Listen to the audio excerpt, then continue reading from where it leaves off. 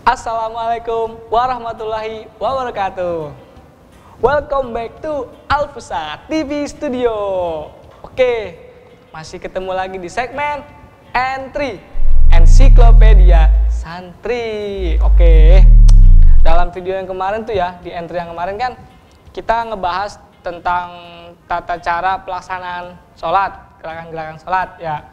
Nih, sekarang saya mau membahas tentang masalah fardunya wudhu. Fardunya wudhu itu apa sih? Nah, sebelum saya jelaskan itu fardunya wudhu, kalian harus tekan tombol subscribe dan tekan tombol loncengnya. Jangan lupa tuh, dipencet dulu tuh tombol. Kalau nggak dipencet nggak dijelasin nih. Fardunya wudhu. Nih, fardunya wudhu itu adalah suatu perkara yang diwajibkan ketika wudhu. Nah, kalian mau tahu nggak fardunya wudhu itu ada berapa? Nih, fardunya itu ada 6 itu, ada 6. Apa aja sih, apa aja? Mau tahu ya? Mau tahu ya? Penasaran kan? Fardunya wudhu yang pertama, niat. Niat nih, yang pertama niat. Yang kedua itu membasuh wajah. Nah, yang ketiga itu membasuh kedua tangan. Nah, yang keempat membasuh sebagian kepala. Nah, yang kelima membasuh kaki. Dan yang keenam, yang terakhir adalah tertib. Oke, langsung nih. Saya mau pretelin. Bahasanya kok pretelin, udah kayak mobil-mobilan aja dipretelin. Kayak saya mau membahas satu persatu tuh wajib-wajibnya wudhu. Yang dari pertama niat, terus membasuh wajah, terus membasuh kedua tangan, terus membasuh kepala, terus membasuh kaki dan tertib tuh. Nih. Oke, langsung aja nih ya. Yang pertama saya jelasin dulu nih. Niat. Niat ini sebenarnya ada hubungannya juga sama membasuh wajah gitu loh. Jadi 1 dan 2 saya jelasin jadi satu ya. Paham nggak maksudnya? Paham nggak? Aduh, gini nih maksudnya. Wajibnya fardunya wudhu yang pertama dan yang kedua itu satu kesatuan, jadi nyambung gitu loh. Paham nggak? Keren nggak? Nih, fardunya wudhu yang pertama dan kedua itu nyambung.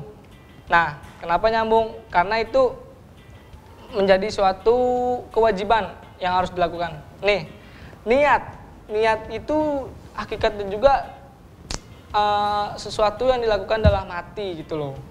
Jadi kalau kalian mau niat itu adanya di dalam hati loh, ini sini di hati. Niatnya itu harus bersamaan ketika kalian membasuh wajah. Biasanya saya sering lihat ada orang niat tapi niatnya itu nggak bersamaan sama membasuh wajah gitu loh. Nah, di situ bisa disebut azm. Azm itu apa? Azm itu berdiam sejenak. Jadi kalau kalian niat dulu terus nggak dibarengi sama membasuh wajah, berarti namanya azm. Azm itu berdiam sejenak, berarti itu bukan dinamakan niat. Jadi kalian belum niat kalau kayak gitu. Nah, terus membasuh wajah. Nah, jadi kalian ketika niat tuh ya, harus dibarengi membasuh wajah. Nah, yang kedua nih, fardu yang kedua kan membasuh wajah. Nah, batasannya ada 2, secara vertikal, secara horizontal. Paham nggak? Vertikal itu ke atas, horizontal itu ke samping. Kalau secara vertikal dari atas ke bawah, itu batasannya nih ya, dari ubun-ubun. Bener kan ini ubun-ubun ya? Ini nih ubun-ubun nih, ubun-ubun gitu. Ini ubun-ubun sampai kedua rahang bawah. Yang kedua rahang bawah ini nih. Kalau secara horizontalnya nih, secara horizontal berarti yang ke samping, dari kiri ke kanan, kanan ke kiri, kiri ke kanan, kanan ke kiri. Udah kayak nyanyi-nyanyi, kanan kiri, putar-putar aja.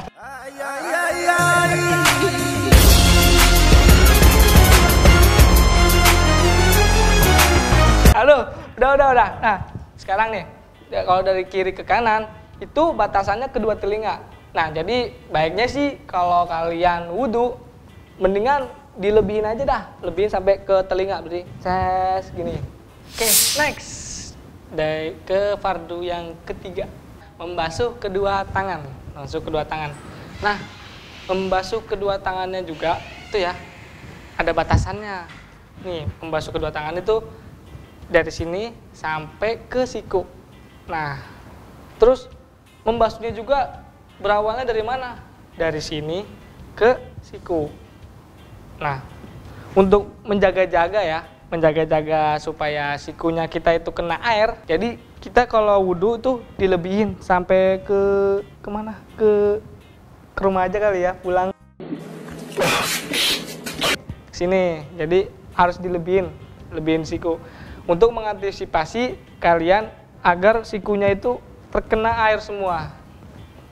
Nah, bagaimana kalau misalnya ada orang yang maksudnya nggak ada tangannya, misalnya nggak punya tangan, terus sampai sini doang nih. Kalau nggak, misalnya ada orang yang nggak punya siku tuh, gimana tuh? Nah, untuk membasuhnya itu caranya gini aja lah, dikira-kira aja. Dia ngira-ngirain ini siku saya gitu, dia yakin bahwa ini siku saya gitu. Keempat, nah fardu yang keempat itu membasuh ke sebagian kepala. Nih, sebagian kepala tuh membasuhnya juga ada caranya, ada batasannya juga. Batasannya nih ya, kalian dari ubun-ubun nih. Jadi bagian kepala yang ubun-ubun itu harus kena air gitu. Makanya tadi yang awal itu yang membasuh wajah dari ubun-ubun gitu, karena itu bagian tumbuhnya rambut. Nah, misalnya nih kalian kalau masih punya rambut mah, kalau menurut mazhab Syafi'i itu 3 helai rambut aja udah cukup sebagai syarat sahnya wudhu. Wudhu kalian udah sah kalau kalian udah ngebasuh 3 helai rambut, itu menurut mazhab Syafi'i. Nah, tapi gimana kalau yang misalnya kepalanya botak tuh? Buset, pelontos kayak Saitama, tahu nggak Saitama? One Punch Man. Aduh, ini wibu kan jadinya. Kalau kepalanya botak, nggak ada rambutnya, nah itu tuh, jadi airnya itu ngebasuh sebagian kepalanya itu harus sampai kena ke kulit-kulitnya juga. Jadi ke belakang juga harus gitu. Kan karena tadi kan mazhab Syafi'i kan 3 helai rambut cukup. Nah, sedangkan dia nggak punya rambut, kepalanya botak, licin, ya kan, menggilong. Nah, itu berarti harus sampai ke kulit-kulitnya dibasuhnya. Nah, seperti itu, oke. Nah, kita next ke fardu yang kelima. Fardu yang kelima itu membasuh kaki. Nih, membasuh kaki. Membasuh kaki tuh batasannya itu adalah dari ujung kaki sampai ke ini nih, mata kaki, ke mata kaki. Jadi kalian wajib membasuh kaki itu sampai kedua mata kaki kalian. Kalau bisa juga lebih baik kita lebihin aja dari mata kaki. Jadi biasanya kan kita umumnya tuh ya, kita wudhunya tuh dari atasnya mata kaki itu nggak apa-apa gitu loh. Jadi kalian wudhunya itu harus dilebihin maksudnya lebih dari mata kaki untuk mengantisipasi, untuk jaga-jaga supaya wudhu kalian tetap sah, karena sudah terbasuh semua, terkena air gitu loh. Nah, yang keenam itu tertib.